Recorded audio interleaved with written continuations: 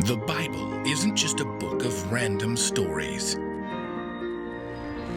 It's 66 different books that come together to tell one story. An incredible one. About God's love for us. And now for an amazing story. Inspired by the book of Exodus, chapters 28 to 39. After hundreds of years of living as slaves in Egypt, God's children, the Israelites, were finally free. Yes! Instead of spending all of their energy scraping together bricks for the Egyptians, they were now free to do whatever they pleased. Woohoo!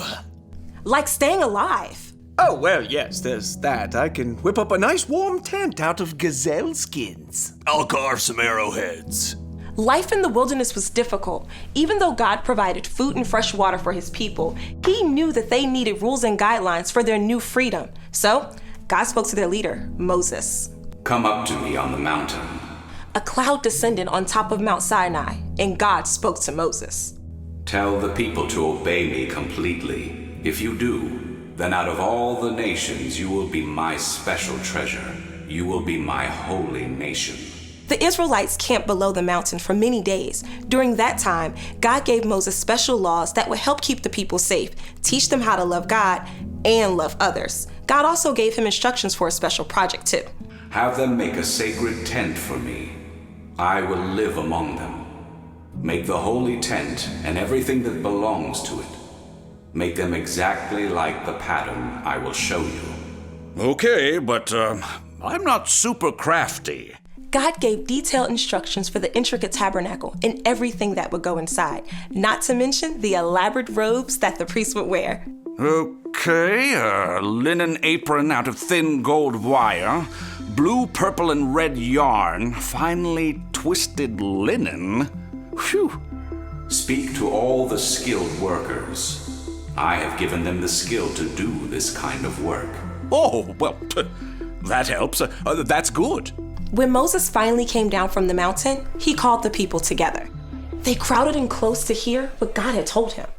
We're going to have a tabernacle, a beautiful tent where we can worship God. Yeah! God is going to live there, among us. It's the most complicated do-it-yourself project ever. Also, Pinterest and Hobby Lobby have not been invented yet. Okay, let me rephrase this. It's not do-it-yourself. It's do-it-ourselves. Is there an IKEA? Sure, why not? God is going to help us, and he's given some of you special gifts too. Can I get Bezalel up here? Where's Bezalel? A lanky young man with callous hands made his way to the front. Right here. God says, I have chosen Bezalel. I have filled him with the Spirit of God, with wisdom, with understanding, with knowledge, and with all kinds of skill. He can make beautiful patterns in gold, silver, and bronze. He can cut and set stones. He can work with wood. In fact, he can work in all kinds of crafts. Wow. So, you can do all those things? Sure can, but I'm just one person. Making the tabernacle could take the rest of my life. Oh, you won't be working alone. Oh, Holiab! Come up here. A stocky man with thick arms raised his hand. Right here. God's appointed you to help Bezalel, and he's given you both the skill to teach others. In fact, God has given special abilities to a whole group of workers you can lead. Now we're talking. If God's given you skills and you want to join us, come on down. Yes, that sounds like me. All right. That before. Welcome to the crew. Hold on. Slow your roll. It's great when there's lots of help, but we can't make this tabernacle out of thin air and sand. That's right. Here's what the Lord says.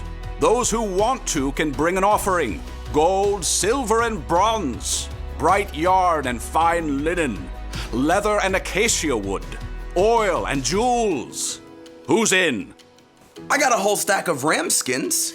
You can use my gold earrings and this necklace. I helped spin some blue yarn. The gifts kept coming. The people gave so much for the making of the tabernacle that Moses finally had to tell them to stop. We've got more than enough to make God's tabernacle. Yo, let's roll! Together, Bezalel and Aholiab guided the skilled workers to sew, carve, and build the sacred tent, just as God had instructed Moses. With the offerings from the people, they had all the materials and supplies that they needed. There it is. The final tent peg. It's finished. The two men stepped back along with Moses to survey their work. The tabernacle rose tall and beautiful among the sea of small drab tents. The altars. That lampstand, all those gold branches and blossoms. All the curtains and coverings and hooks and frames. You've done it just as the Lord commanded. Every bit.